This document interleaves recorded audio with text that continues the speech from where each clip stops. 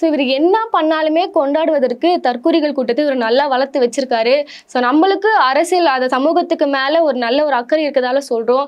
மே நாளில் பெற்றோர்கள் தயவு செஞ்சு கவனமாக இருங்க. அவங்க குழந்தைங்கள்கிட்ட மொபைல் கொடுக்காதீங்க, எப்பவுமே பக்கத்துலேயே வச்சுக்கோங்கன்னு சொல்லி எந்த ஒரு அசம்பாவிதமும் நடக்காமல் மே நாள் முடியணும். இதுக்கடையில் பார்த்தீங்கன்னா இந்த ரிசல்ட்டை வச்சு இந்த டிவிக்கே வாரி சலப்பரை காட்டுறானுங்க பாருங்க. ஒன்றும் இல்லை, இன்னைக்கு வந்து ஒரு ட்விட்டரில் ஒரு போஸ்டர் ரெடி ஆகுது. என்னன்னு பார்த்தோன்னா, விஜய் வந்து பிரம்மாண்டமாக ஒரு வித்தியாசமான முறையில் பதவி ஏற்க போகிறாரா. எங்கன்னு பார்த்தீங்கன்னா நேரு ஸ்டேடியமில். அது வந்து டிக்கெட் பார்த்தோன்னா 10,000. அதுக்கு வந்து ஒரு நிகழ்ச்சி நிரல் வர போட்டு வச்சிருக்காங்க. அதில் பார்த்தீங்கன்னா அனிருத்தோட பாடலாம், த்ரிஷாவோட ஆடலாம், குட்டி சஞ்சய் விஜயோட பையன் இருக்கார்ல அவர் வந்து ஒரு இசை நிகழ்ச்சி கலந்துப்பாரு. ஸ்ரீதர் வந்து அவர் தூத்துக்குடி நிற்கிறாரு எம்எல்ஏ, அவர் வந்து ஒரு நகைச்சுவை நாடகம்.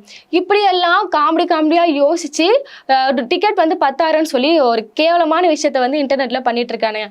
ஒன்றும் இல்லை, இதெல்லாம் ஒரு விஷயமாமா, நீ ஏன் பேசுறது? ஏதோ காமெடி பண்ணிடுவானுங்க, மூளை வளர்ச்சி இல்லாத பசங்க நீங்கள் சொன்னீங்கன்னா, இது வந்து விஜய் நான் பார்த்தா மட்டும் போதும், விஜய் பதவி இருக்கிறான்னு சொல்லி சில தற்கொலைகள்லாம் இருப்பாங்களே, ஐயோ எப்படியாவது நான் பார்த்துன்னு சொல்லி ஒன்றும் இல்லை, சின்ன ஒரு QR கோடை ஸ்கேன் பண்ணி விட்டானுங்கன்னா 10,000 டிக்கெட்டு முன்பதிவு செய்யுங்கன்னா கண்ணை மூடிட்டு மக்கள் பண்ணுவாங்க. அப்படிப்பட்ட ரசிகர்களை தான் விஜய் அவர்கள் உருவாக்கி வச்சிருக்காரு. அடுத்ததாக பார்த்தோன்னா இந்த May 8 நிறைய விஷயங்கள் போயிட்டு இருக்கு. ஒரு சைடு ஜனநாயகன் படம் வந்து ரிலீஸ் ஆக வாய்ப்புன்னு சொல்லி இவங்களே ஒரு ஃபேக் நியூஸாக கிரியேட் பண்ணிட்டு இருக்கானுங்க.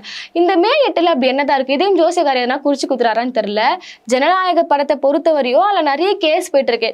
அந்த படத்துக்கு பிஜேபியோ சென்சார் போர்டு எல்லாம் சேர்ந்து, எலெக்ஷன் போர்டு எல்லாமே சேர்ந்து அவங்களுக்கு சர்டிஃபிகேட் கொடுத்தாலுமே, ரிலீஸ் ஆக வாய்ப்பு இருந்தாலுமே, இன்னைக்கு பாப்பாப்பட்டி உட்பட சில கிராம மக்கள் போராடிட்டு இருக்காங்க. ஏன்னா அந்த படத்தை வெளியிடக்கூடாது, எங்கள் கிராமத்தில் அந்த உள்ளாட்சி தேர்தல் குளறுபடிகளை வந்து ரொம்ப தவறான முறையில் சித்தரிச்சிருக்காங்க, விஜய் வந்து தேவையில்லாத வேலையை பார்க்குறாரு, இங்கே சமத்துவம் நிலையுது, அதை கெடுக்க பார்க்குறாங்கன்னு சொல்லி அந்த மக்கள் கருப்பு கொடி ஏந்தி போராட்டம் பண்ணிட்டு இருக்காங்க.